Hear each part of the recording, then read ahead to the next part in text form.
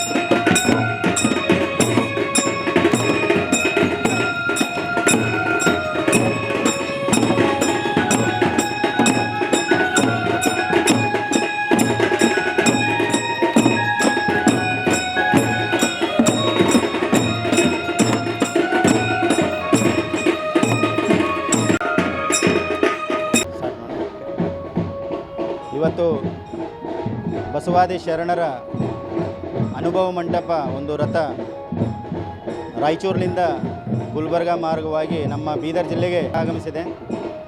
ಇವತ್ತಿನ ದಿವಸ ನಾವು ಬಸವಾದಿ ಶರಣರ ಅನುಭವ ಮಂಟಪ ರಥೋತ್ಸವ ನಮ್ಮ ಜಿಲ್ಲೆಯಿಂದ ಸಿಂಧಬಂದಗಿ ಮೂಲಕ ಅಲ್ಲಿಂದ ನೇರವಾಗಿ ಕಲಬುರಗಿಗೆ ಕಳಿಸ್ತಾ ಇದ್ದೀವಿ.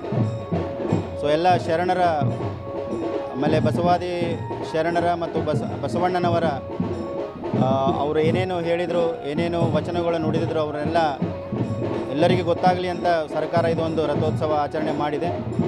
16 ಜಿಲ್ಲೆಗಳಲ್ಲಿ ಈ ಬಸವಾದಿ ಶರಣರ ಅನುಭವ ಮಂಟಪ ರಥ ಹೋಗ್ತಾ ಇದೆ. ಕೊನೆಗೆ ನಮ್ಮ ಬಾಗಲಕೋಟೆಯಲ್ಲಿ ಈ ಬಸವಾದಿ ಶರಣರ ಅನುಭವ ಮಂಟಪ ತಲುಪದ ಅನ್ನುವಂಥ ಮಾಹಿತಿಯನ್ನು ಎಲ್ಲ ಜನರಿಗೆ ತಿಳಿಸಲಿಕ್ಕೆ ಇಚ್ಛೆ ಪಡ್ತಾ ಇದ್ದೀವಿ.